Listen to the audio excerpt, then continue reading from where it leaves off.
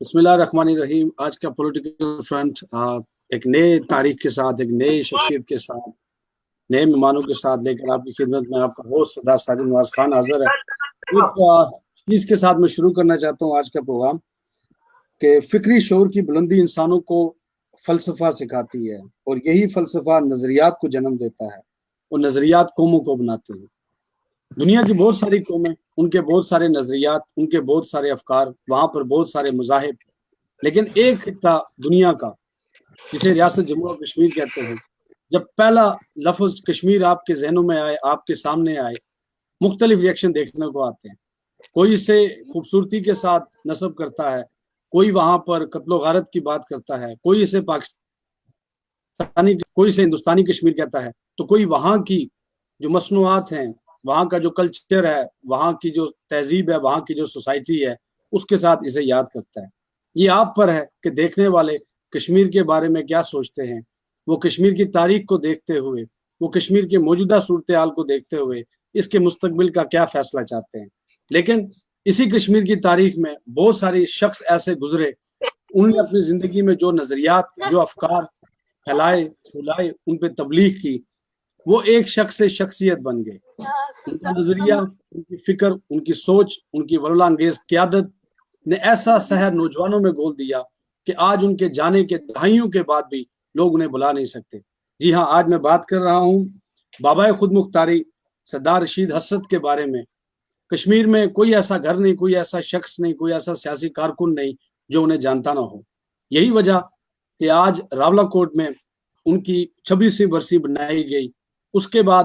پھر برسلز کے اندر ابھی بھی پروگرام جاری ہے، وہاں پر ان کی برسی بنائی جا رہی ہے، اور کل 12 بجے سے لے کے 2 بجے تک برطانوی وقت کے مطابق سٹوک آن ٹرینٹ شہر میں ان کی برسی کا اہتمام کیا جا رہا ہے۔ برطانیہ والے، یورپ والے، اور اسی طرح سے دنیا بھر میں بسنے والے کشمیری، ان کا تعلق اس ٹائم جو کہیں پر بھی بس رہے ہوں، لیکن جو کشمیر کے لوگ ہیں، چاہے وہ بھارتی مقبوضہ کشمیر کے ہوں، آزاد کشمیر میں ہوں، یا گلگت بلتستان میں ہوں، وہ لوگ اپنے قائدین کو، اپنے رہنماؤں کو، اپنے راہبروں کو کبھی نہیں بولتے۔ یہی وہ لوگ ہیں جنہوں نے ہمیں درس حریت دیا، یہی وہ لوگ ہیں جنہوں نے کشمیر کی سرزمین پر غازیوں کو پیدا کیا، شہیدوں کو پیدا کیا، اور یہ غازی اور ان شہیدوں کے امین بھی ہیں۔ ایک اور غازی کا نام کیسے ہم بھول سکتے ہیں، ساجد علی بخاری صاحب۔ آج 25 سالوں کے بعد وہ رہا ہو کر بھارتی جیلوں سے اس ظلم و ستم کو برداشت کر کے واپس اپنے آبائی گاؤں کوٹلی پہنچے۔ ہم ان پر بھی بات کریں گے، اور اس کے ساتھ ساتھ جو موجودہ صورتحال ہے ریاست جموں و کشمیر کے اندر، خصوصاً بھارتی مقبوضہ کشمیر کے اندر، وہاں پر بھی ہم ایک تفصیلی بات کریں گے، گفتگو کریں گے۔ وہاں سے ہمیں جوائن کیا ہے ظہور بٹ صاحب نے، کسی تعارف کے محتاج نہیں۔ تو اب بڑی تفصیلی ہم 3 چیزوں کے اوپر بات کریں گے، اور ہمارے دیکھنے والے، ہمارے سننے والے اگر کوئی سوال، اگر کوئی چیز سامنے رکھنا چاہیں تو آپ پوچھ سکتے ہیں۔ ظہور بٹ صاحب، ہماری کوشش ہوگی کہ آپ کو جواب دے سکیں اور ساری چیزیں ورک آؤٹ کر سکیں۔ جی السلام علیکم ظہور بٹ صاحب، بہت شکریہ جموں کشمیر ٹی وی سے بات کرنے کے لیے۔ وعلیکم السلام جناب نواز جی، بہت شکریہ آپ کا کہ آج آپ نے پھر موقع دیا ہے بات کرنے کا۔ یہ آج 2-3 ایشو ہے جس پہ میرا خیال ہے ہمیں تفصیلی بات کرنی چاہیے۔ نمبر 1، بابا خود مختاری مرحوم رشید حسرت صاحب کی برسی ہے، اور ہمارے 25 سال جو جیل کاٹ کے ساجد بخاری صاحب واپس اپنے گھر پہنچے ہیں، ایک چھوٹے جیل خانے سے بڑے جیل خانے میں، کیونکہ جموں کشمیر لبریشن فرنٹ کا یہی ماننا ہے۔ باقی انشاءاللہ جس پہ آپ بات کر لیں گے تو آپ جو پوچھ لیں گے انشاءاللہ اس پہ میں جواب حاضر ہوگا۔ جی بہت شکریہ، بہت مہربانی۔ تو پہلے ہم جاننا چاہیں گے، کیونکہ کافی عرصہ گزر چکا ہے، آلموسٹ 25-26 سال گزر چکے ہیں رشید حسرت صاحب کو اس دنیا سے الوداع ہوئے، اور وہ کشمیر کی آزادی کا خواب اپنی آنکھوں میں سجائے دنیا کو الوداع کہہ کر چلے گئے۔ یہ بڑی ان کی جو تحریک تھی، ان کی جو جدوجہد تھی ابتدائیہ، ہم انہی کے آج کا جو پروگرام ہے، آج کا جو محاذ ہے، پولیٹیکل فرنٹ ہے، یہ ہم انہی کو ڈیڈیکیٹ کریں گے، ان کی تاریخ پہ، ان کی تحریک پہ، اور ان کے سکھائے ہوئے اصولوں پہ۔ تو شروع میں ابتدائیہ آپ کی ان کے ساتھ یادیں، وہ کیسی شخصیت تھی، ان کے کیا معاملات تھے، یہ ہم جاننا چاہیں گے آپ سے۔ جی، جب میں 1988 میں پہلی دفعہ آیا، اس سے پہلے میرے دوست جن کا میں نے ابھی آپ کو تعارف کرایا تھا وہ چلے گئے تھے، اور جو کچھ عرصے کے بعد تقریباً غالباً ابھی یہاں وہ سٹیج نہیں آیا تھا، خفیہ سارا کچھ چل رہا تھا، تو اس کو 8-10 دن ہو گئے، تو پھر چونکہ یہاں گاؤں میں جب بات چیت شروع ہو گئی کہ بندہ گیب ہو گیا، اب چھوٹا سا گاؤں تھا، تو گاؤں میں بڑے مسائل بھی ہوتے تھے اس حوالے سے، جموں کشمیر لبریشن فرنٹ یہ سارا کچھ زیر زمین چلا رہا تھا، تو میں نے بھی بارڈر کراس کر لیا تو پاکستانی مقبوضہ کشمیر پہنچ گیا، تو وہ میرا ساتھی ادھر قلعے میں تھا، تو ہمیں پہلی دفعہ جو مجھے ملنے آیا ادھر رشید حسرت صاحب آئے تھے ملنے کے لیے، اور راجہ مظفر تھا اور ڈاکٹر فاروق حیدر صاحب تھے، یہ پہلا چکر تھا، تو کچھ دنوں کی ٹریننگ کر کے تو ہم واپس آ گئے، اس وقت چونکہ جرنلی بات چیت ہوئی تھی، کوئی مطلب میں ہم 10 کی 15 دن رہے ہیں، لیکن جب اس کے بعد ہم دوبارہ گئے یہاں آرگنائزیشن نے ہمیں دوبارہ بھیج دیا، تو اس کے بعد جو تفصیلی ملاقات حسرت صاحب کے ساتھ ہوئی اور جو والہانہ استقبال میرا ہوا ادھر، اور میں یہ کہوں گا کہ حسرت صاحب کے ساتھ جو یادیں ہیں، اور جس جس شخصیت کے مالک میں نے حسرت صاحب کو پایا ہے، میں 2 چیزیں آپ کو بتاؤں، ایک تو مطلب ہم جہاں مجاہدین کو انہوں نے رکھا تھا، ٹینج باٹا اس جگہ کا نام تھا، آپ یقین کیجئے کہ اپنا ایک اس کا طرز وہ چلنے کا، اٹھنے کا، اس کی سوٹ بوٹ پہننے کا، کھانے کا، وہ اپنا ایک انداز ہے، چونکہ اب میں راولہ کوٹ کو بھی جانتا ہوں، یہ جو سدن ہمارے ہیں، یہ جو اس علاقے کے رہنے والے، ان کا اپنا ایک لائف سٹائل ہے، لیکن اس کے باوجود آپ دیکھ لے، انہوں نے چھوٹے بچے، یاسر جی بہت چھوٹا تھا، تو گھر بابی بچوں کو انہوں نے چھوڑ دیا ادھر، اور خود پنڈی رہتے تھے۔ میں نے ایک دفعہ سوال کیا، میں نے کہا دیکھیں حسن صاحب آپ ادھر کیوں بچوں کو بھی یہاں لائے؟ انہوں نے کہا کہ جس کو ہم اپنا قائد مانتے ہیں، جس سے ہم نے تربیت لی ہے، جب وہ بچے چھوڑ کے گیا تھا، یعنی وہ مقبول بخش شہید کی بات کر رہے تھے، تو تب تو وہ تو بہت چھوٹا، مطلب اس کے بچے تو اور وہ تو دیار گیر میں جا کے جیل میں بیٹھا، اور وہاں وہ شہید ہو جاتا ہے، تو ہم تو یہاں پھر بھی ہفتے میں یا 10 دن یا 15 دن میں ہم جاتے ہی جاتے ہیں ادھر، تو ایک نمبر 2، جب ہم مطلب وہ جب بات کرتا تھا کسی کے ساتھ، جو جن ہمارے ساتھ، اور بالکل مطلب اس نے کہا کہ آپ عسکریت سے زیادہ ٹائم ہمیں وہ لیتا تھا کشمیر کیا ہے، ہم نے یہ جدوجہد کیوں شروع کی، بٹ صاحب کیوں تخت دار پہ چلے، اور ہم خود مختار کشمیر کیوں بولتے ہیں، اس سے ہندوستان اور پاکستان کے نقصانات کیا ہے، اس سے اس کے فائدے کیا ہے، اور پھر جب وہ یہاں بات کرتا تھا اپنا کیا کہتے ہیں، حضرت صاحب ڈنگے کی چوٹ پہ بات کرتا تھا، کچھ ہمارے وہ عبوری حکومت کے دوران جو وہ مسئلے کچھ عرصہ پھر چلا رہا، وہ جو وہ کھڑا ہو گیا تھا، تو لیکن اس کے باوجود گرچہ میں امان صاحب کے ساتھ ہی وابستہ رہا ہے، لیکن ہمارا وہ فیملی ریلیشن، ہمارا وہ ریلیشن بالکل بھی اسی طرح رہا جو 1989 میں شروع ہو گیا تھا، اور وہ سیم اسی طرح چلتا رہا ہے۔ میں آپ کو ایک بات دعویٰ سے بھی کہوں گا، یقینی طور پہ کہوں گا، یہاں کا جو لاٹ ہے ہندوستانی مقبوضہ کشمیر کا، جو ادھر آیا ہوا ہے، اور جو خود مختار کشمیر ہمارے ہاں جو سمجھ آیا، جو پڑھایا گیا، اور وہ حسرت صاحب کے علاوہ اور کسی نے اس پہ اتنا کام نہیں کیا جتنا حسرت صاحب نے اس پہ کام کیا ہے۔ یا حسرت صاحب کو میں نے جب میں ایز اے لیڈر کہوں گا تو بڑا ڈیڈیکیٹڈ میں نے اس کو پایا ہے، جب میں اس کو ایز اے انڈیپینڈنٹ کشمیر، جو ہم اس کو بابائی خود مختاری کہتے ہیں، ہندوستان پاکستان کی ایجنسیوں کو انہوں نے بہت ایسے حالات میں فیس کیا ہے، ادھر بھی وہ شخص جھکا نہیں، ادھر بھی اس نے کوئی کمپرومائز نہیں کیا ہے، یہ تو ایز اے ڈیڈیکیٹڈ، اور جب ایز اے ورکر میں نے دیکھا، جو ایز ورکر ہم مطلب وہ کہتا تھا کہ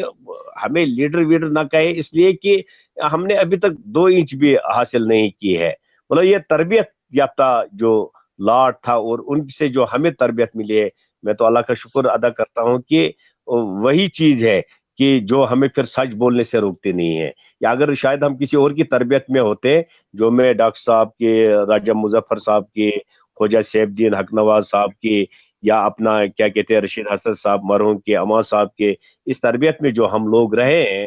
جس میں ماشاء عبدال صاحب یہاں اس وقت موجود ہے، جس میں ذاتی خود ہم نے کافی عرصہ ان کے ساتھ گزارا ہے ادھر،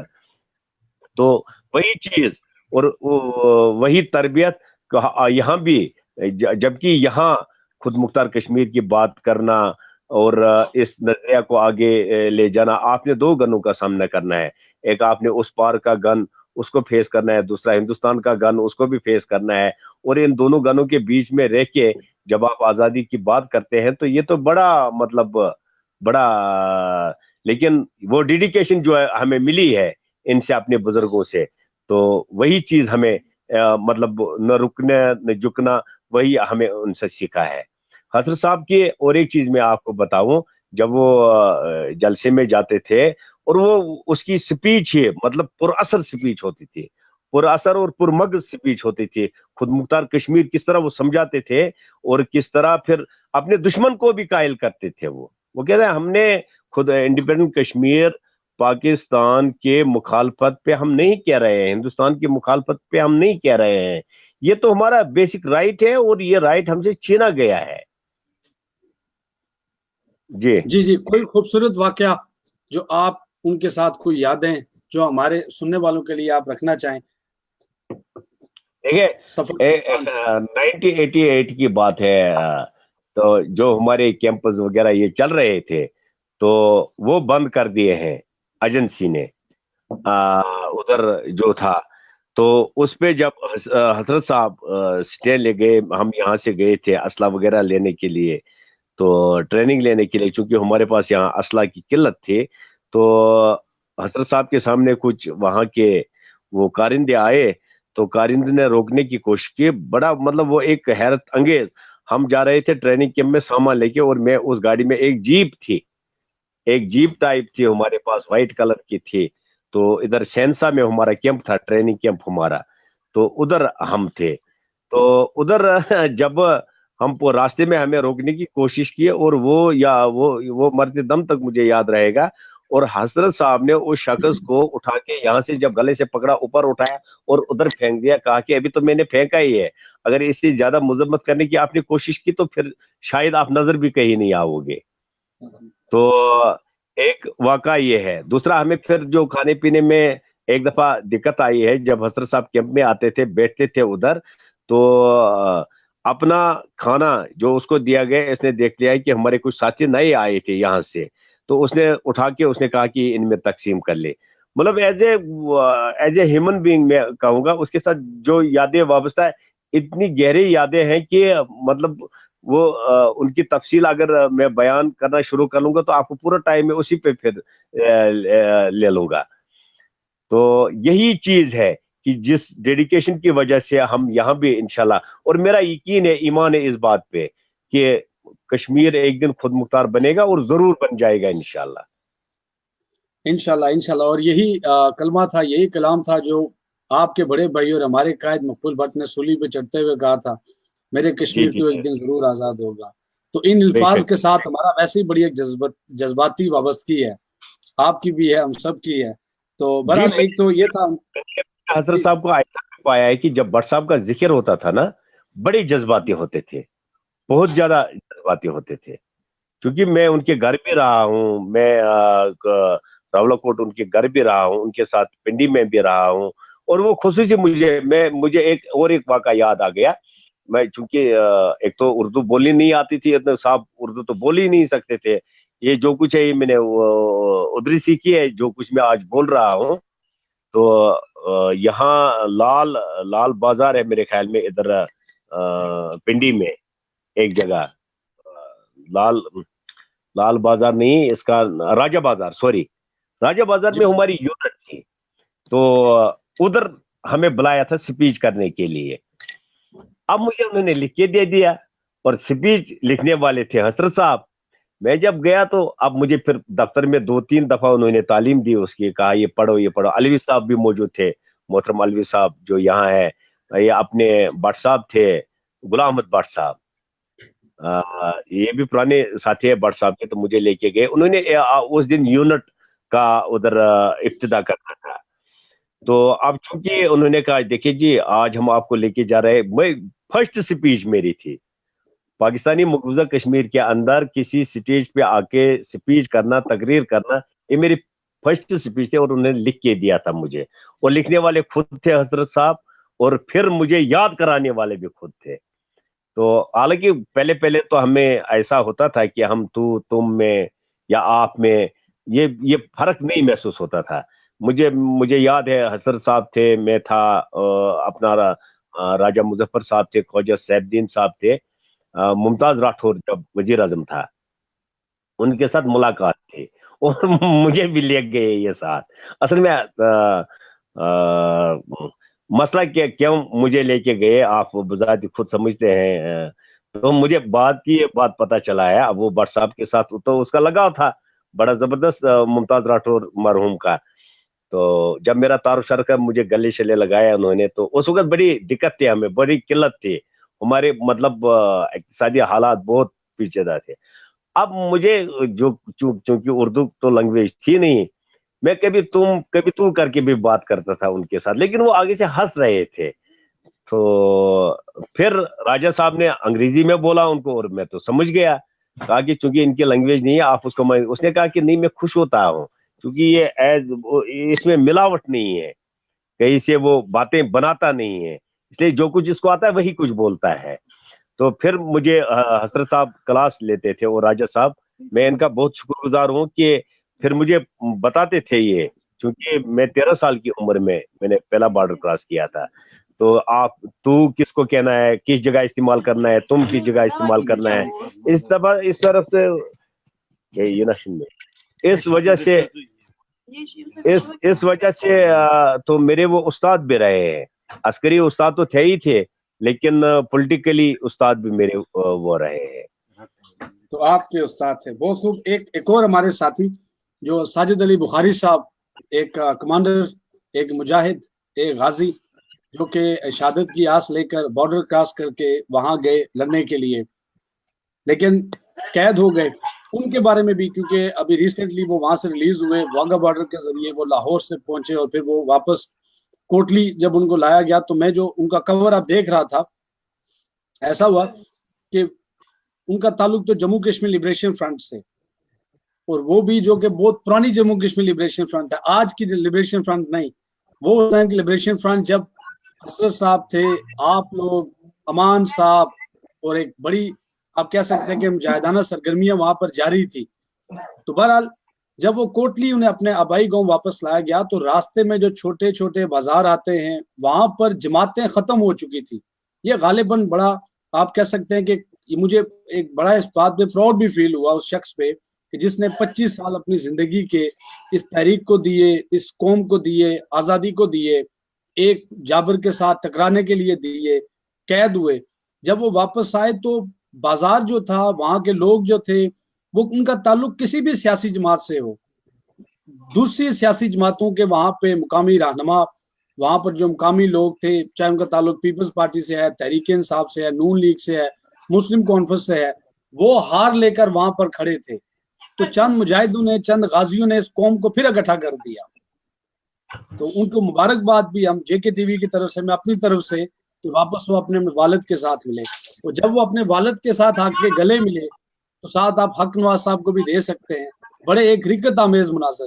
وہ جیسے کہ جب کوئی شخص 2-4 سال کے پردیس کاٹنے کے بعد واپس اپنے گھر جاتا ہے، ہم چونکہ پردیس میں رہتے ہیں ہمیں ان چیزوں کا احساس ہے، اور پھر جیل وہ بھی 25 سال، جہاں پوری آدھی زندگی گزر جاتی ہے. تو بہرحال ان کے ساتھ آپ کی اگر کوئی یادیں ہیں، اور آپ اس غازی حق کو، غازی کشمیر کو آج کے دن کیا آپ میسج دینا چاہیں گے؟ دیکھیے جی، پہلے یہ خوش قسمتی کی بات ہے کہ آج آپ لائیو جے کے ٹی وی پہ پروگرام کر رہے ہیں، اور کل پرسوں کا واقعہ ہے کہ ساجد بخاری صاحب چھوٹی جیل سے نکل کے بڑی جیل میں اپنے گھر پہنچ گئے، اپنے والدین سے ملے ہیں. بات یہ ہے کہ خوش قسمتی کی بات یہ ہے کہ جب ساجد صاحب نے یہ منحوس لائن، جس کو ہم منحوس لائن کے نام سے پکارتے ہیں، اس سیزفائر لائن کو اپنے پاؤں کے نیچے روندا، تو اس وقت میں پاکستانی مقبوضہ کشمیر مظفر آباد میں تھا، اور 8 مقام سے انہوں نے بارڈر کراس کیا ہے. تو اور اس گروپ کو میں ساتھ بھی تھا. ان کو ریسیو کرنے والا منظور شہید جو ہمارے چوتھے نمبر کے بھائی تھے, وہ انہوں نے کپوارہ میں ان کو ریسیو کیا ہے. چونکہ اس کے بعد میں پاکستانی مقبوضہ کشمیر میں ہی رہا ہوں, لیکن جو عرصہ یہ کپوارہ کے اندر رہے منظور شہید کے شہید ہونے سے پہلے تک, تو منظور شہید نے فیصلہ کیا تھا کہ میں اس پارٹ میں آ جاؤں, یعنی آزاد کشمیر آ جاؤں گا. تو ساجد بخاری صاحب کو انہوں نے اٹھا کے سری نگر بھیجا تھا. آپ یقین کیجئے کہ کل جس وقت ساجد بخاری صاحب کی رہائی ہوئی اور مجھے تصویر آئی, اور ساجد بخاری صاحب لاہور پاکستان کی سرزمین پہ جب اپنا قدم رکھتے ہیں, جو ہی وہ فارغ ہوتے ہیں وہاں کے ایجنسیوں سے, وہ چونکہ ایک روٹین ورک ہے, اس روٹین ورک سے جب فارغ ہوتے ہیں, جو ہی وہ اپنے آرگنائزیشن کے لوگوں کے ساتھ پہنچ جاتے ہیں, پہلے مجھے رنگ آتی ہے اپنے موبائل پہ اس کا ساجد صدیقی صاحب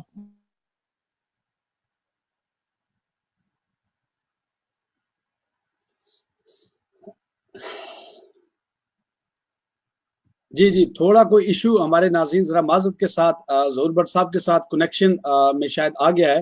ہم دوبارہ ظہور بٹ صاحب کو لائن پر لیں گے. بڑی ایک خوبصورت گفتگو, اور ظہور بٹ صاحب کو ہم سارے سننا چاہتے ہیں, دیکھنا چاہتے ہیں. شاید وہاں پر بھی کوئی نیٹ کا ایشو ہے, تو ظہور بٹ صاحب میں آپ سے کہوں گا کہ آپ دوبارہ ہمیں جوائن کریں تاکہ ہم بات کر سکیں. یہاں پر بہت سارے کمنٹس بھی آ رہے ہیں. میں ساتھ ساتھ اپنے سننے والوں کے, اپنے چاہنے والوں کے, ساتھیوں کے, دوستوں کے کمنٹس بھی لے لوں گا ان دا مین وائل. اور ہماری کوشش ہے کہ ہم ظہور بٹ صاحب کے ساتھ ضرور رابطہ باندھے رکھیں تاکہ ہم میکسیمم بات کر سکیں. جی بٹ صاحب, جی ڈسکنیکشن تھا, جی آپ جاری رکھیں پلیز. جی تو آپ یقین کیجئے کہ مطلب ایک وہ عجیب سا سما شروع ہو گیا ہے ان کا سن کے, اور میں نے کہا یہی ہو سکتا ہے. تو پھر ان کی بات میرے ساتھ ہوئی ہے, تو میں سری نگر تھا. کہا کہ جی آپ کدھر ہے؟ میں نے کہا میں سری نگر ہوں, میں ترہگام نہیں ہوں. اور آپ یقین کیجئے میں آج کل جو رات کے 10 بجے گھر پہنچا ہوں, میں اسپیشلی ان کے لیے آیا تھا کہ میں ان کی والدہ وغیرہ سے بات کرا لوں. تو لیکن کل سے آج انہوں نے بہت کوشش کی رابطہ کرنے کی, لیکن بات نہیں ہو پا رہی ہے. ان کا وہاں بہت زیادہ نیٹ کا پرابلم چل رہا ہے. یہ تو اس کے ساتھ جو یادیں میں آپ سے شیئر کر رہا ہوں, یادیں تو اتنی بہت زیادہ ہے کہ اس کو ہمسائے ہمارے یہ ان کے ساتھ بھی رہا ہے. جو میں نے ابھی آپ کو دکھایا اپنا یہ ڈپٹی ڈسٹرکٹ پریزیڈنٹ جو محمد شفیع لون صاحب ہے, ساجد بخاری کو تو بڑے قربت سے جانتے ہیں یہ, کیونکہ انہی کے ساتھ ہو رہا منظور شہید, اور اس کے ساتھ اپنے اس گاؤں میں انہوں نے بہت ٹائم گزارا ہے. اور پہلے ان کی ڈیمانڈ تھی کہ مجھے گھر کی تصویر بھیج دے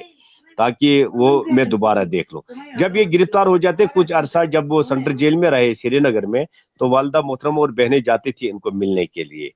لیکن جو ان کی ٹوٹل لائف یہاں کے جیلوں میں جو گزری ہے, میں کہتا ہوں پاکستانی ایز اے پاکستانی شہری جو اس کو ٹریٹ کیا گیا ہے, اور جو ظلم و ستم اس شخص نے دیکھے ہیں,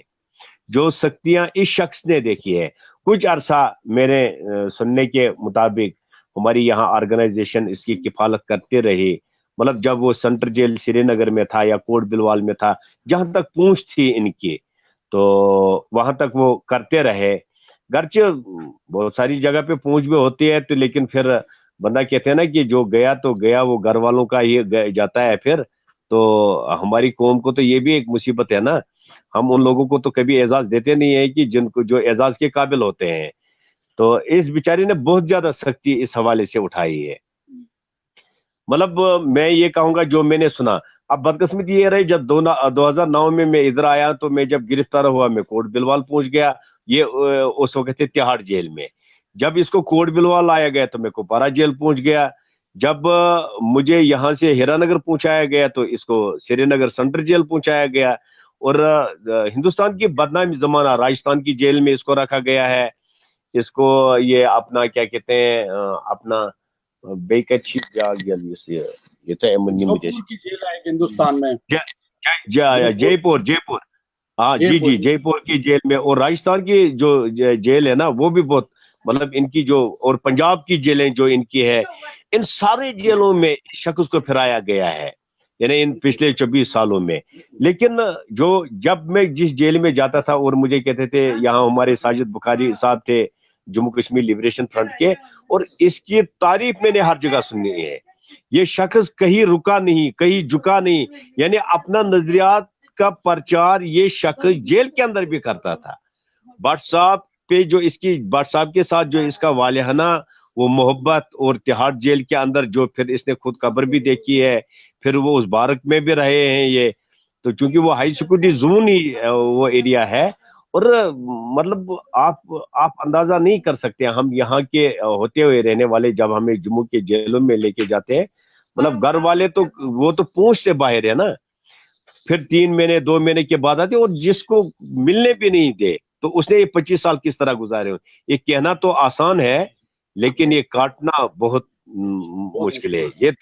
اس کے لیے بہت بڑا دل ہونا چاہے, اور ایسے ہی لوگ ہیرو ہوا کرتے ہیں قوموں کے, اور یہ واحد بدقسمت قوم ہے کہ جہاں آرگنائزیشن میں ہوتے ہوئے, آپ شہیدوں کے وارث ہوتے ہوئے, آپ قربانیوں کے مجسم ہوتے ہوئے, آپ پہ وہ آرڈر چلاتے ہیں جو بیچارے ادھر سے اٹھ کے آتے ہیں تو لیڈر بن جاتے ہیں, تو ان کو بھی نہیں مانا جاتا ہے. لیکن جو اسی کل کی سپیچ تھی وہ بہت سارے چیزوں کو, بہت سارے سوالات تھے, بہت سارے لوگوں کو اس کے جوابات دینے ہیں, بہت ساری چیزیں, گلا تھا, گلا بھی تھا, شکوہ بھی تھا, لیکن گلا بھی نہیں تھا, شکوہ بھی نہیں تھا, عزم تھا اس میں. یہ اس شخص پہ مطلب میں کہوں گا کہ اگر لکھنے والا ظالم نہ ہو تو جو ہسٹری لکھ لے گا, ساجد بخاری صاحب واحد شخص ہوں گے پاکستانی مقبوضہ کشمیر سے جو ادھر آئے ہیں, اور وہ وہی چیز آپ نے کل نہیں دیکھا کہ انہی چیزوں کی وجہ سے, انہی باتوں کی وجہ سے, اسی کمٹمنٹ کی وجہ سے اس پہ یہ اتنے سال اس کو رکھا گیا, اور ہندوستان کی بدنام زمانہ جیلوں میں اس کو پھرایا گیا. جی بڑا مشکل ہوتا ہے کہ اس ٹاپک پہ بات کرنا, اس ٹاپک پہ پروگرام کرنا, اور اس ٹاپک پر آپ کہہ سکتے ہیں کہ گیسٹ اسپیکر اپنی رائے دے, اور خصوصاً جب کشمیری قوم ایسی چکی میں پسی ہوئی ہے کہ ایک طرف لائن آف کنٹرول کے, اگر ہم تاریخی حوالے سے دیکھیں تو بڑے افسوس کے ساتھ مجھے کہنا پڑتا ہے کہ پاکستان کے اندر بھی اگر آپ دیکھیں کہ شہید بٹ صاحب کو لے کر, اس کے بعد ہاشم قریشی صاحب تھے یا باقی جو لوگ تھے, انصاری صاحب تھے, میر صاحب تھے, ان کے ساتھ جو کچھ لاہور قلعے میں ہوا, وہی کچھ جو دوسری طرف بھارتی مقبوضہ کشمیر ہے وہاں پر کشمیر کے ان آزادی کے دیوانوں, ان حریت کے مجاہدوں کے ساتھ ایسا ہوا. تو بڑی آپ کہہ سکتے ہیں کہ بہت مشکل ہے میرے لیے, کبھی کبھار بہت مشکل ہوتا ہے کہ میرے پاس الفاظ نہیں ہوتے کہ میں بات کر سکوں اور پروگرام کو کر سکوں. تو لیکن پھر بھی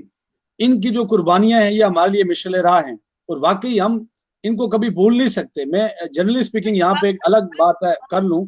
لیکن یہ ہے کہ جب میں نے بٹ صاحب کی وہ جو بک پڑھی سری نگر جیل سے فرار کی کہانی, اس کے اندر جو سبق آموز واقعات ہیں, کیونکہ میری پیدائش سے پہلے ہی شہید کشمیر بٹ صاحب کو پھانسی دے دی گئی تھی, لیکن جس طرح سے وہ انہوں نے سری نگر سے مہتاب باغ انٹروگیشن سینٹر یا باقی جگہوں سے وہ نکلے, وہ واقعی یہ لوگ حالی آزادی کے جذبے سے نہیں, یہ ایمان کی بہت بڑی آپ کہہ سکتے ہیں کہ کسی معراج پر فائز تھے, ورنہ انسان کا عقیدہ, انسان کا ایک جسے کہتے ہیں میٹل, وہ تو ٹوٹ جاتا ہے چھوٹی چھوٹی چیزوں سے.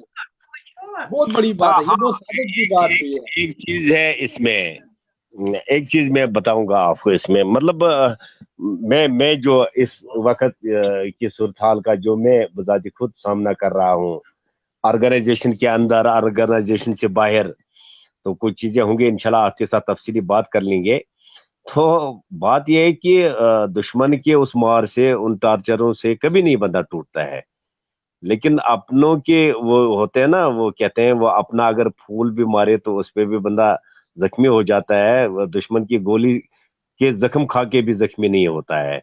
تو یہ صورتحال کا جو سامنا کرنا پڑتا ہے یہاں, ورنہ مجھے نہیں لگتا ہے, کیونکہ ایک ڈیڈیکیشن ہوتی ہے. جب ہمیں یہاں ٹارچر سیلوں میں لے جاتے ہیں, انٹراگیشن کے اندر لے جاتے ہیں, جیلوں میں, ہمارے ایسے جیالے جوان ہیں اور جے کے لیف کے جو بالکل گمنام ہیں, جنہوں نے 10-10 12-12 سال جیلوں میں کاٹے ہیں. لیکن افسوس یہ ہوتا ہے کہ یہ جے کے لیف کے سارے لوگوں آر پار کی قیادت کو پتا ہوتا ہے کہ اس شخص کی کیا قربانی ہے, لیکن جب اس کو آپ وہ مطلب جو اس کا رائٹ بنتا ہے, جو جس مطلب جو اس کی چاہت ہوتی ہے, جو اس کو کریڈٹ ملنا چاہے, وہ جب نہیں ملتا ہے نا, اس سے وہ بندہ ٹوٹتا ہے. ورنہ آپ چاہے وہ آپ نے دیکھا مقبول شہید کو آپ نے جو بات کی ہے دلائی کیمپ میں، جو ان کے ساتھ جو ٹارچر ہوا ہے، جو ان کو مار ہے ادھر، اور پھر شاہی قلعہ لاہور میں میر صاحب کی بیٹی نے عذرا نے غالباً خط لکھا تھا بٹ صاحب کو کہ اگر آپ آزادی کی بات کر رہے تھے پھر پاکستان کیوں آپ پہ ظلم کر رہا ہے؟ بٹ صاحب نے کتنا اچھا جواب دیا کہ یہ پاکستان نہیں ہے، یہ پاکستان کے وہ حکمران ہیں جنہوں نے پاکستان کو بھی غلام بنایا ہے، اور اس سے بھی ان کے حوصلے نہیں پست ہوئے ہیں، اور سیم سچویشن یہی یہاں کی بھی ہے۔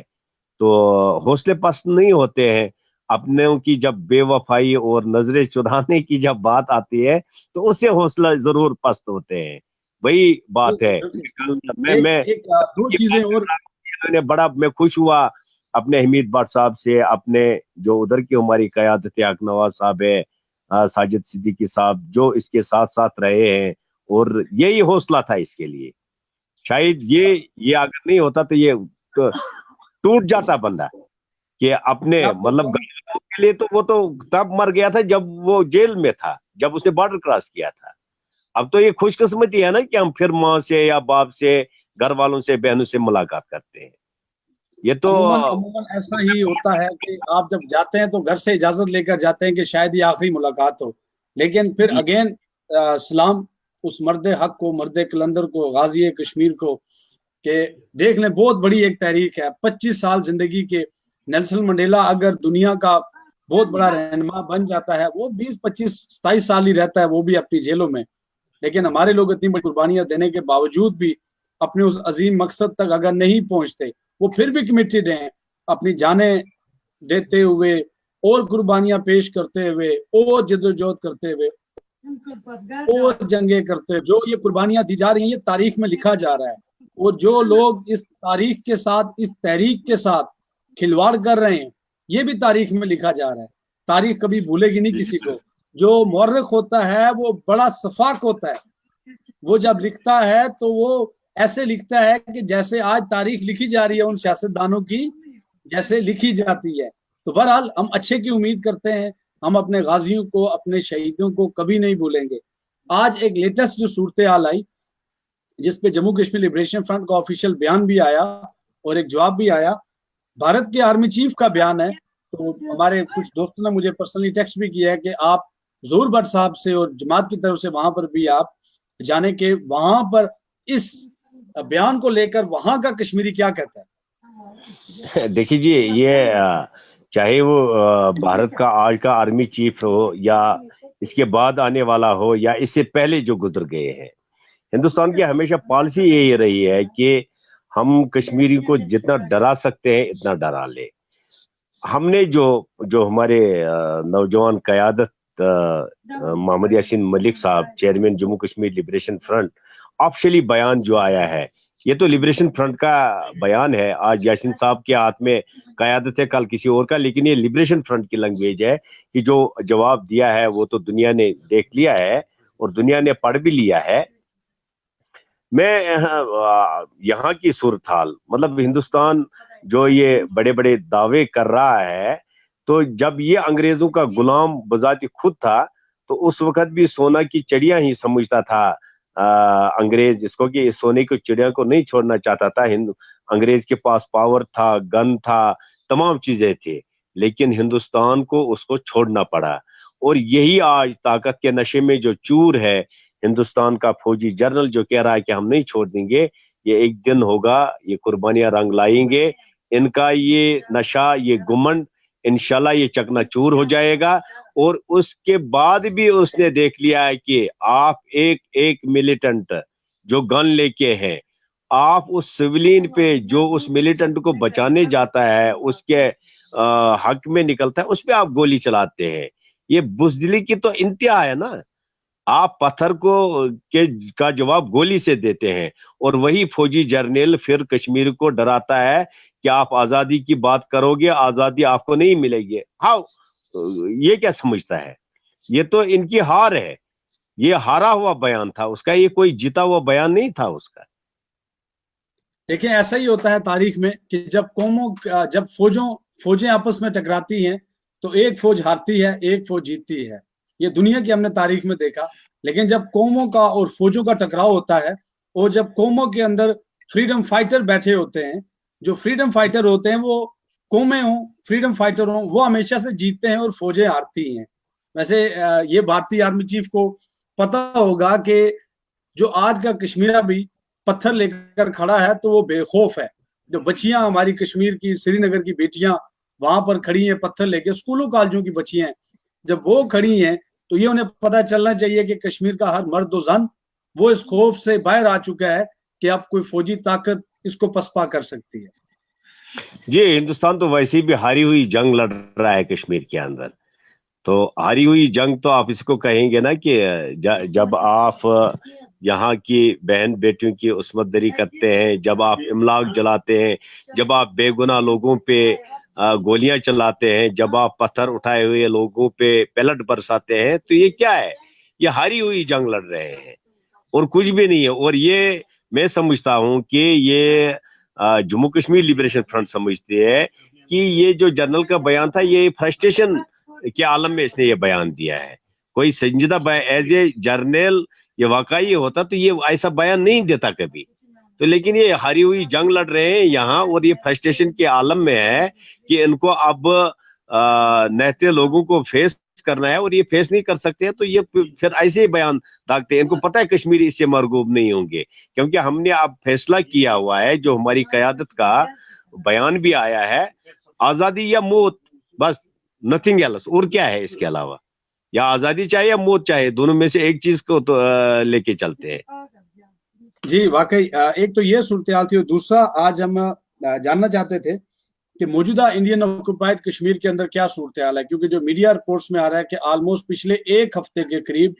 2 درجن کے قریب افراد جو ہیں انہوں نے ان کو شہید کر دیا, اور جس میں ایک پروفیسر بھی جو اسکالر ہیں وہ بھی اس میں, اس سے پہلے بھی انہوں نے ایک اور اسکالر کو انہوں نے شہید کر دیا. تو آج کی صورتحال پہ آپ کیا کہنا چاہیں گے؟ جی ناظرین جی تھوڑا سا ہمیں سگنل کا ایشو ہے, تو ہم اس کے ساتھ ساتھ جو ہمارے کومنٹس ہیں ہم ان کو بھی ساتھ ساتھ لیتے جائیں گے ان دا مین وائل. تو ظہور بٹ صاحب آپ ہمیں دوبارہ سے جوائن کریں تاکہ یہ ہے کہ ہم ایک اپنے ناظرین تک ایک بہترین سیر حاصل گفتگو پہنچا سکیں. جی ظہور بٹ صاحب نے ہمیں دوبارہ سے جوائن کیا ہے. جی ظہور بٹ صاحب, آج کی صورتحال انڈین آکوپائڈ کشمیر کے اندر, امید آپ کو کوشچن پہنچ چکا ہوگا. جی جی, میں نے آپ کا کوشچن سن لیا ہے. دیکھیے جی, یہاں کا نوجوان آج کا, آپ 88 میں جو نوجوان نکلا تھا گھر سے, جس نے سیزفا لائن کراس کیا ہے, اکراس دا LOC گیا تھا, آج کے اور اس کے نوجوان میں, چونکہ آج کا جو نوجوان ہے جو جس کی عمر ٹوٹل 15 سال سے لے کے 25 سال کی عمر ہے, ٹھیک ہے,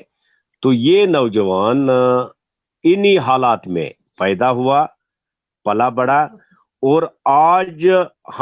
میں تو یہ کہتا ہوں نا کہ ہمیں جو تربیت ہوئی ہے یہ تربیت لے کے پیدا ہوئے ہیں. تو آپ ان کے جذبے حریت کو, مطلب آج تو کہیں عقل بھی رہ جاتی ہے کہ مطلب بندہ سوچ بھی نہیں سکتا ہے. آج کا جوان گھر سے نکلتا ہے, اس نے فیصلہ کیا ہے میں نے عسکریت کو جوائن کرنا ہے, تو وہ کس طرح گن چھینتا ہے, کس طرح گن لے کے آتا ہے. آج وہ بارڈر کراس نہیں کر رہا ہے, آج وہ پاکستان سے سامان ٹریننگ لینے نہیں جا رہا ہے. آج وہ اصل گوریلا وارفیئر جس کے تشریح بیسیکلی مقبول بٹ شہید نے کی تھی, آج وہ اصل میں لڑی جا رہی ہے یہاں. یعنی آپ نے دشمن سے یہ ہتھیار چھین کے اسی پہ ان کو اس پہ استعمال کرنا ہے. یہ تو یہاں کے نوجوان طبقے کی میں جذبے کی بات کر لوں گا.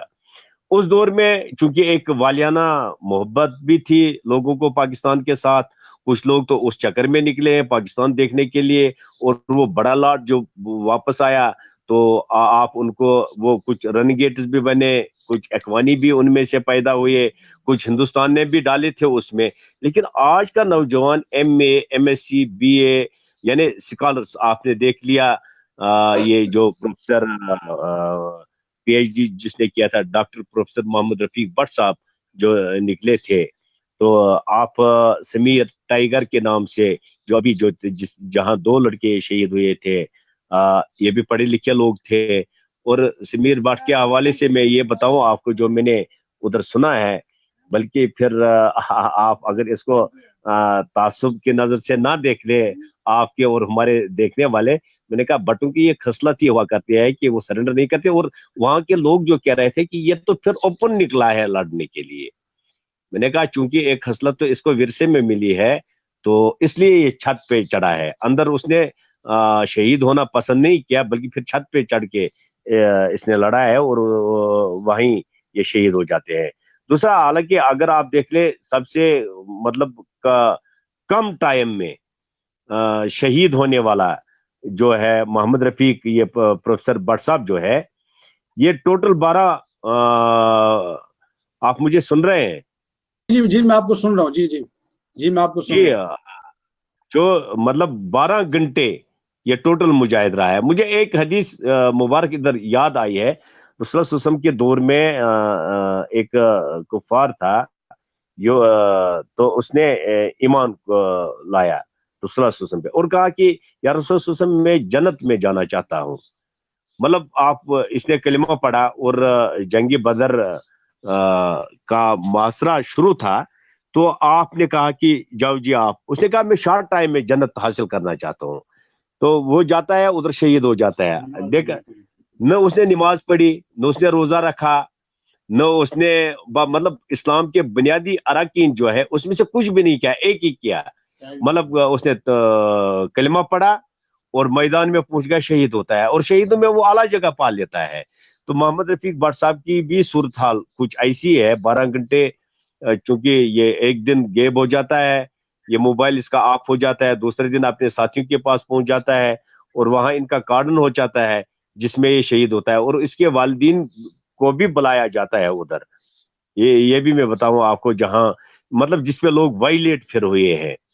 تو والدین نے بھی اس سے اپیل کی ہے، وہاں کا جو لوکل ایس ایس پی ہے انہوں نے بھی اپیل کیا ہے کہ آپ آ جائے۔ ان کو نہیں پتا تھا شاید، ہمارا جو اندازہ، میں اپنے اندازے کی بات کر لوں گا کہ وہاں باقی لوگ تھے، لیکن رفیق بٹ صاحب جب نکلے تو پھر کب وہ سرنڈر کرتے؟ جو اللہ کے سامنے سرنڈر کرتا ہے وہ پھر بندوں کے سامنے کدھر سرنڈر کرتا ہے؟ تو وہ تو چونکہ وہ تو عام سولجر تو تھا نہیں، وہ تو کانشیس سولجر تھا، اور وہ تو ساری چیزیں سامنے رکھ کے نکلا تھا۔ میں ان کے گھر پہ جب گیا تھا ابھی گاندر بل میں، تیسرے پہ ہم گئے تھے، چوتھے پہ ہم، میرے ساتھ تھے جموں کشمیر لبریشن فرنٹ کے وائس چیئرمین بشیر احمد بٹ صاحب تھے، محمد یاسین بٹ صاحب تھے، ہم ادھر گئے تھے تعزیت پہ۔ میں نے کہا میں آپ کو تعزیت کرنے نہیں آیا بلکہ مبارک دینے آیا ہوں، اور ان کے والد سے میں نے کہا کہ آپ کو تو پتہ ہی تھا کہ آپ کے اس جینز میں یہ شامل ہی نہیں ہے کہ آپ کا بیٹا نکلتا آپ کی اپیل پہ سرنڈر کرتا ہے، چونکہ اس نے راستہ چن لیا تھا مقبول بٹ شہید کا۔ تو پھر ہاؤ اٹ از پاسبل جو تختے دار پہ یہ پیغام دے کے جاتا ہے کہ آج آپ کو آج تک آپ نے شیخ عبداللہ، میر صادق، میر جعفر کا سامنا کیا، آج آپ نے مقبول بٹ کا سامنا کرنا ہے۔ میں نے کہا ادھر تو رفیق بٹ صاحب کو سامنا کرنا تھا، تو ہاؤ اٹ از پاسبل کہ وہ نکلتا اور سرنڈر کر جاتا؟ میں نے کہا وہ تو وہ ساری چیزیں، وہ کشتیاں وہ ساری جلا کے گیا تھا۔ تو پھر لڑکے جو جوان نکلے تھے اور انہوں نے جو پتھر بازی ادھر کی ہے، حالانکہ میں آپ کو ذاتی طور اپنا ورژن اس بارے میں بتاؤں گا، میں اس سے اختلاف کرتا ہوں۔ میں نے اپنے ان سپیچوں میں بھی بتایا ہے کہ مطلب ایک گن مین کو آپ کھلا چھوڑ دے، میں اس جوان سے کہتا ہوں جو پتھر لے کے نکلتا ہے اس مجاہد کو بچانے کے لیے، لیکن ان کا جذبہ حریت دیکھ کیا آج کے جوان میں، گرچہ میرا اس سے اختلاف ہے کہ وہ نہیں نکلنا چاہے پتھر لے کے، اگر اس کو زیادہ شوق ہے تو پھر جائن کر لے، ورنہ وہ یہ تو یہاں سے پتھر چلاتے وہاں سے گولی مارتے۔ ایک تو ہمارا دو لاش ادھر ہو گئے، 5 لوگ تو مجاہدین شہید ہوتے ہیں اور 5 یہ سولین کو، بلکہ 6 ہو گئے، 6 کی تعداد پہنچ گئے، اور ابھی بھی 2-3 کی کرٹیکل پوزیشن ہے۔ جو اس دن جو پہلے رپورٹس آئی تھے کہ 17 بندے شہید ہو گئے کل ملا کے، لیکن اس دن تو پھر 10 ہی ہو گئے تھے، اور کل پرسوں ایک پھر شہید ہوا جو زخمی ہے، اور اس میں ابھی بھی 2-3 کرٹیکل ہے۔ لیکن یہ جذبہ حریت آپ دیکھ لیں لوگوں میں، ایک آج کے جوان میں تو نیا ہی جذبہ یہاں پایا جاتا ہے۔ مطلب یہ اس سے پہلے میں نے ادھر بات بھی کی، میں نے کہا جب ہم معاشرے میں پھنستے تھے، جب ہم کریک ڈاؤن میں پھنستے، لوگ بھاگ جاتے تھے، ہمیں کہتے تھے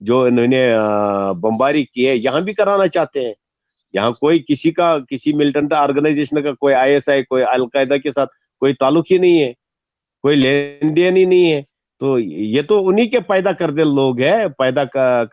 ہیں, اور انہی کو یہ استعمال کر رہے ہیں, جبکہ اس کا حقیقت سے کہیں تعلق ہی نہیں ہے.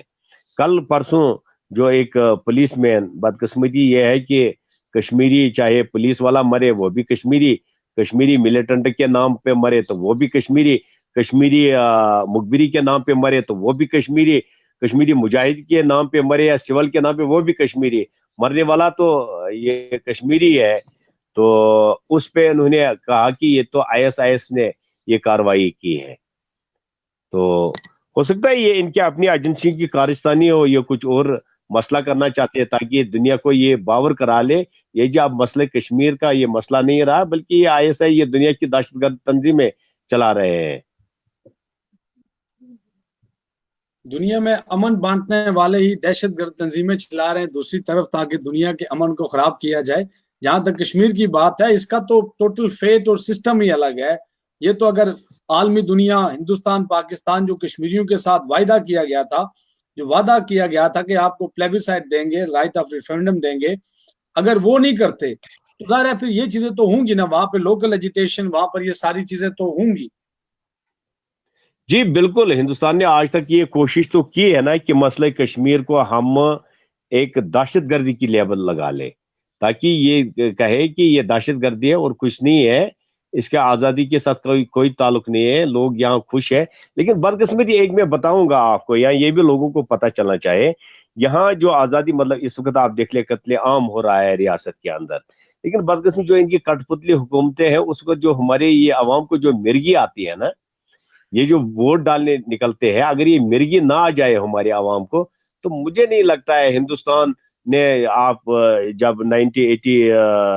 1996 کا جو پہلا الیکشن یہاں ہوا ہے, بہت 88 کے بعد آپ دیکھ لیں, 88 سے لے کے 96 میں الیکشن ہوتا ہے, تو اس وقت بھی کچھ ہمارے ہی لوگ کٹ پتلیاں جو ان کے ہیں وہی استعمال ہوئے ہیں. تو ہندوستان اس کو پیش کر رہا ہے دنیا بھر میں کہ دیکھیں جی لوگ تو ہمارے ساتھ ہیں. یہ مرغیاں آنے جب ہماری قوم کو بند ہو جائے گی, واللہ آزادی تو ہماری دہلیز پہ ہے, تو آزادی تو ہم نے لی ہوئی ہے, کی وجہ سے یہ رکے ہوئے ہیں یہاں. بٹ صاحب ایک ایکیڈیمک ڈسکشن بھی ساتھ ساتھ, کہ اگر لوگ الیکشن کے بجائے ریفرینڈم کو یا پلیبیسائٹ کے اوپر باہر نکلیں, اور پھر عالمی دنیا, عالمی میڈیا, ہم لوگ جہاں تک کنٹریبیوٹ کر سکے ہم لوگ کنٹریبیوٹ کریں, سیاسی, سماجی, پولیٹیکلی طریقے سے, کیونکہ اب جو فریڈم سٹرگل تھی, عام سٹرگل تھی, وہ تو نہیں رہی. تو جو آزاد کشمیر کے اندر جو کشمیری ہیں, وہ اس چیز کے اندر آپ انہیں کیا میسج دینا چاہیں گے؟ کیونکہ میں دیکھ رہا ہوں کہ ہمارے بہت سارے جو لوگ ہیں وہ آزاد کشمیر سے لوگ ہمارا اس ٹائم ٹیلی ویژن دیکھ رہے ہیں, وہ آپ کو سن رہے ہیں, تو اس چیز پہ آپ کیا کہیں گے کہ انہیں کس طرح کی سپورٹ کرنی چاہیے؟ دیکھیے بات یہ ہے کہ اگر آپ بیان کافی سارے دفعہ ہماری قیادت نے, چاہے وہ امان صاحب کی صورت میں تھی یا جب میں پاکستانی مقبوضہ کشمیر میں تھا, تو اس وقت میں ایز اے کینڈیڈیٹ تھا JKLF کا مظفر آباد سیٹ کا, LA3 کا میں کینڈیڈیٹ تھا JKLF کی طرف سے. لیکن جو انہوں نے شرطیں رکھی ہوئی ہے کہ آپ نے ایکسیشن پاکستان یا ایکسیشن ٹو انڈیا جو یہ فارم یہاں فل کرتے, اس کے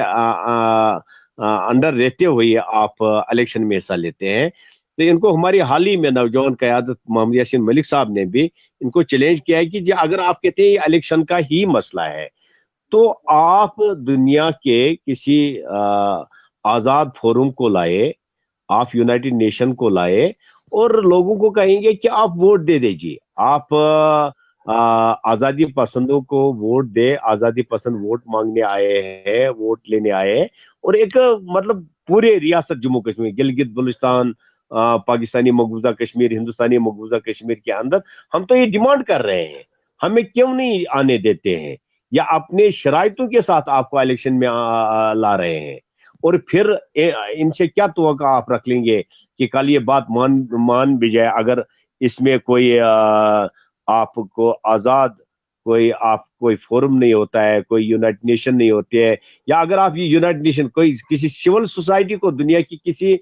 سول سوسائٹی کو لائے, اور وہ اس کو مانیٹر کر لے، پھر دیکھ لے. ہماری قیادت نے یہ بھی کہا، جموں کشمیر لبریشن فرنٹ کا یہ بھی کہنا ہے کہ اگر لوگوں نے ہمیں ریجیکٹ کیا ہم چھوڑ دیں گے یہ سیاست ہی کرنا، پھر آزادی کی بات ہی کرنا، چونکہ ہم تو لوگوں کے لیے جنگ کر رہے ہیں نا. اگر لوگ کل آپ کو ریجیکٹ کرتے ہیں لیکن یہ کرنے کے لیے تیار نہیں ہے، ان کو پتا ہے لوگ اسی کے حق میں ووٹ دیں گے، یہ تو یہ وقتی ضرورت کی وہی، یہ تو چند % لوگ آپ کو باہر نکلتے ہیں ووٹ دینے کے لیے. اور دونوں پارٹوں میں سیم یہی سچویشن ہے. یہ بٹ صاحب یہ تو ہمارا کچھ رابطہ منقطع ہو رہا ہے بٹ صاحب کے ساتھ، لیکن ظاہر سری نگر میں بیٹھے ہوئے ہیں، وہاں پر تھوڑے ایشوز بھی ہوتے ہیں. لیکن میں پروگرام کے دوران ہی جتنے لوگوں نے ہمارا پروگرام دیکھا، اس پہ لائک کیا، اس پہ کومنٹ کیا، اور میں اگین آپ نے سامعین کو کہتا چلوں کہ اگر آپ کوئی کویسچن کوئی چیز بٹ صاحب سے پوچھنا چاہیں تو بالکل آپ بٹ صاحب سے بھی پوچھیں، کیونکہ بٹ صاحب ہمارے بھی رہنما ہیں، ہمارے بھی قائد ہیں. ہم نے بھی ساری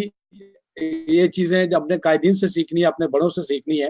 ایک دو چیزیں اور یہاں پر ہیں جو اکیڈیمک ڈسکشن کا ہم حصہ کرتے ہیں اور سوشل میڈیا کے اوپر بڑے طریقہ کار کے ساتھ کریں، اس کی بنیادی ریزن بھی ہیں. ریزن یہ ہے کہ ہم دیکھیں کہ آخر 70 سال جو ہمارے ضائع کیے گئے، ان 70 سالوں میں اگر ہم کسی بہتر آئیڈیالوجی کی طرف چلے جاتے، کسی بہتر طریقہ کار کی طرف چلے جاتے، تو اس ریاست کا فیٹ اور مستقبل کچھ اور ہوتا. لیکن نہیں. اگین یہ کشمیر کے لوگوں کو سوچنا ہے کہ وہ کس کے ساتھ رہنا چاہتے ہیں، جانا چاہتے ہیں. لیکن جتنے بھی ریاست کے اندر جماعتیں آپریشنل ہیں، چاہے وہ ہندوستانی مقبوضہ کشمیر کے اندر ہوں، POK میں ہوں، یا گلگت بلتستان کے اندر ہوں، ایک بات ان سب میں کامن ہے، اور وہ ہے اسٹیٹ کی ری یونیفیکیشن. اسی پر اگر ہم سب مل کر اتفاق کر کے تو ایک لائے عمل دے کے، فوجوں کا انخلا کر کے، ریاست کو اکٹھا کر کے پھر کسی الیکشن یا پلیبیسائٹ کی طرف جائیں تو ہو سکتا ہے کہ ہماری آزادی بھی ہمیں مل جائے. یہ بھی ایک سکول آف تھاٹ ہے، یہ بھی ایک اوپینین ہے. لیکن آپ اپنی اوپینین بھی JK TV پر دے سکتے ہیں. اگلے پروگرام تک ہمیں اجازت دیجیے. آج کی ایک بہترین نشست تھی ظہور بٹ صاحب کے ساتھ. ہم نے رشید اسد بابا خود مختاری کو بھی خراج عقیدت پیش کیا. ساجد بخاری صاحب جو کہ 25 سال جیل کاٹنے کے بعد واپس آئے، ہم ان کی بہادری، ان کی جرت، ان کی شجاعت، کشمیر کے اس عظیم غازی کو بھی ہم سلام پیش کرتے ہیں. اور جو ریسنٹ صورتحال تھی انڈین آکوپائیڈ کشمیر کے اندر، ہم نے اس پر بھی پروگرام کیا. اپنی رائے سے ہمیں ضرور آگاہ کیجیے گا. نیکسٹ پروگرام کے لیے مجھے اجازت دیجیے. اللہ نگہبان. اللہ حافظ.